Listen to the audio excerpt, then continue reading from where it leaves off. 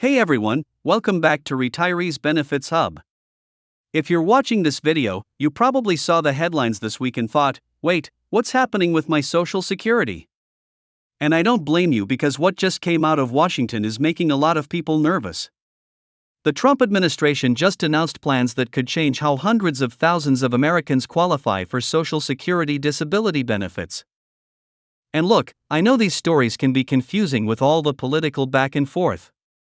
So, I read through the actual reports and the official statements so you don't have to. I'm going to break down exactly what's being proposed, who it affects, and most importantly, what you need to do right now to protect yourself. So, stick with me through this whole video because there's some good news mixed in here, too. And I'll share some action steps at the end that could really help you. Here's what's happening. According to multiple sources, including the Washington Post, the Social Security Administration under the Trump administration is preparing a plan that would make it significantly harder for older Americans to qualify for disability payments. Right now, the SSA uses something called a grid system that takes into account your age, your work experience, and your education level when deciding if you qualify for disability benefits. And here's the key part. If you're over 50 years old, the system recognizes that it's harder for you to switch careers or find new work if you become disabled. So age is actually a protective factor in the current system. But according to the reports, the administration is considering two major changes. Either raising that age threshold from 50 to 60 years old or eliminating age as a factor entirely.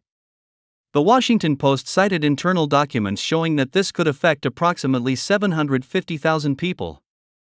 That's 3/4 of a million Americans who might lose access to benefits they're counting on. Let me be really clear about who we're talking about here because this isn't just numbers on a spreadsheet. These are real people. If you're a factory worker who's been doing physical labor for 30 years and your back gives out at age 52, under the current system, they recognize you probably can't just retrain for a desk job. But under the proposed changes, you might be denied. If you're a single mom in your mid-50s who develops a chronic illness that makes it impossible to work, you're looking at this news and panicking about how you'll pay rent. If you're a veteran dealing with service-related disabilities and you're under 60, this could directly impact your ability to get the benefits you earned. And here's what really gets me. We're also talking about people experiencing homelessness. Just 2 days ago, another report came out that the Trump administration abruptly ended federal support for a program that was helping disabled people who are homeless or at risk of homelessness access their benefits. This was described as a, quote, highly effective intervention and they just cut it without warning. So, let's talk about the reasoning behind these proposed changes. The administration's argument is that they're trying to reduce fraud and make the disability system more efficient. In fact, earlier this year in August, the White House put out a statement saying they've identified more than $1 billion in cost avoidance and efficiencies in Social Security this fiscal year. They're framing this as protecting taxpayer money and streamlining a system they say has too much waste. And look, I think we can all agree that fraud is bad and efficiency is good. Nobody wants their tax dollars wasted. But here's the problem. Making it harder for genuinely disabled people to get help isn't the same thing as stopping fraud. You're throwing out the baby with the bathwater. The current age consideration exists for a reason. Study after study shows that workers over 50 face real barriers to re-employment, especially if they have limited education or have only worked in physical labor jobs. The system isn't being generous, it's being realistic. Here's what else is happening that you need to know about. Back in August, the administration also announced plans to cut supplemental security income, that's SSI, for nearly 400,000 low-income disabled and older people. This is a separate program from Social Security disability, but it serves some of our most vulnerable neighbors, disabled children, elderly people living in poverty, adults with severe disabilities. The proposed rule would reduce or eliminate benefits for people who live with family or friends. So, if you're disabled and you move in with your sister because you can't afford rent, they want to count that as in support and cut your check. Think about how cruel that is.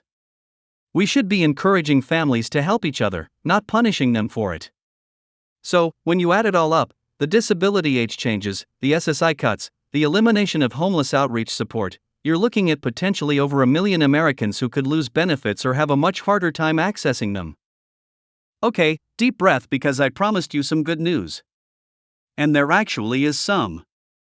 First, these disability changes are still just proposals. They haven't been finalized yet. That means there's still time for public comment, for advocacy groups to push back, and for Congress to intervene. Your voice actually matters here. More on that in a minute. Second, President Trump has repeatedly stated that he will not cut Social Security retirement benefits. The Social Security Fairness Act, which passed with bipartisan support, has already sent over $17 billion in payments to more than 3.1 million eligible beneficiaries 5 months ahead of schedule. This helped people who were being unfairly penalized, including many retired teachers, firefighters, and police officers. And finally, the Social Security Administration has been working on improving customer service. They've rolled out better phone systems and automation that's actually helping people get through to a human faster. I know that sounds small, but if you've ever spent 4 hours on hold trying to talk to someone at Social Security, you know that matters.